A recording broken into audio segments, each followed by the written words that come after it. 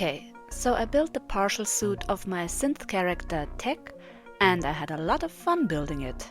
So much indeed that I thought to myself, why stop here? I saw synth partials here and there, but only very few full body suits exist. At least I'm aware of only a few. So I'm going to change that. I upgraded my drawing to fit the new design I had in mind.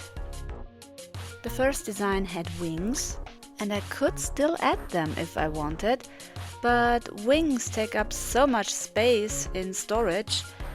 Yeah, let's do one step at a time. The video is still a bit blurry, but I do this drawing fully analog with markers, and I'm still figuring out the best camera setup, so I'm sorry about that.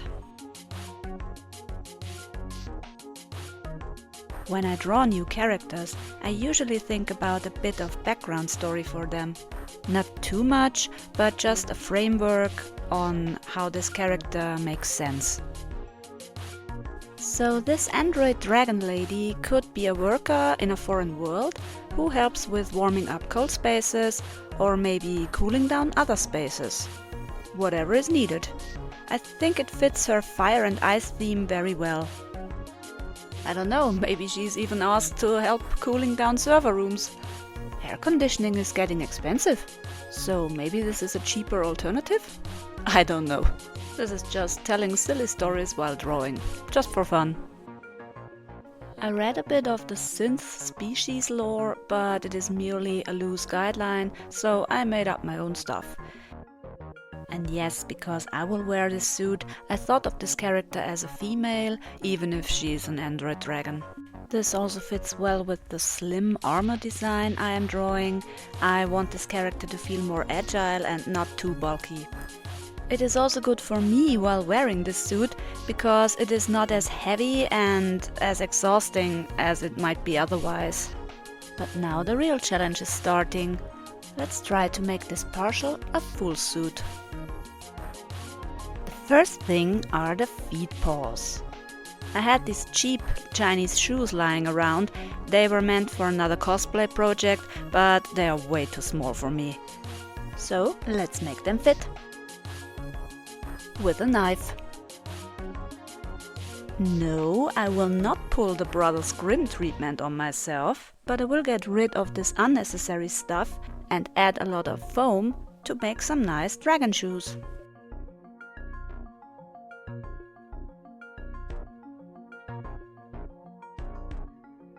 And they turned out great. I added some padding on the backside to make the digigrade effect look better. The full digigrade effect will only work with the padding on the thigh. Digigrade or digitigrade means the effect of looking like walking on the toes instead of the heels. This is done with padding, so you don't have to stand like this, and it usually makes a suit more realistic. I know we're talking about android dragons here, but I think this fits the overall look better. I built digigrade legs before, but for this suit I want to try out a completely new technique. For the lightweight armor effect, I want to use a cyber pattern jumpsuit as the undersuit, so the costume will look like an android with visible mechanical parts, and the padding gets directly clipped to the jumpsuit. Okay, now let's do some special effects. The shoulder pads, because the 80s never died. First I thought about using the same displays as I used in the eyes to show a fire and ice animation, but sadly this did not work as well as I intended. The displays were too dim, and I wasn't able to draw the animation I wanted. So I went back to what I know best, and that's LEDs. My intention was to create a fire side and an ice side, represented by a Japanese letter, so the kanji for fire and the kanji for ice. And here's the final result. The fire kanji looks better than the ice one, but it's all about the color. You get the idea. So let's do the chest plate.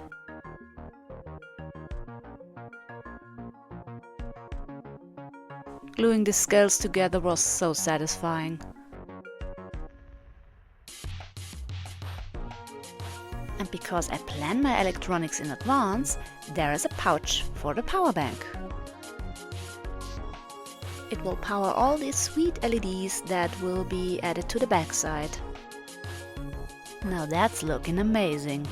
Yes, the LEDs will not be very visible in daylight, but let's do a test run anyway.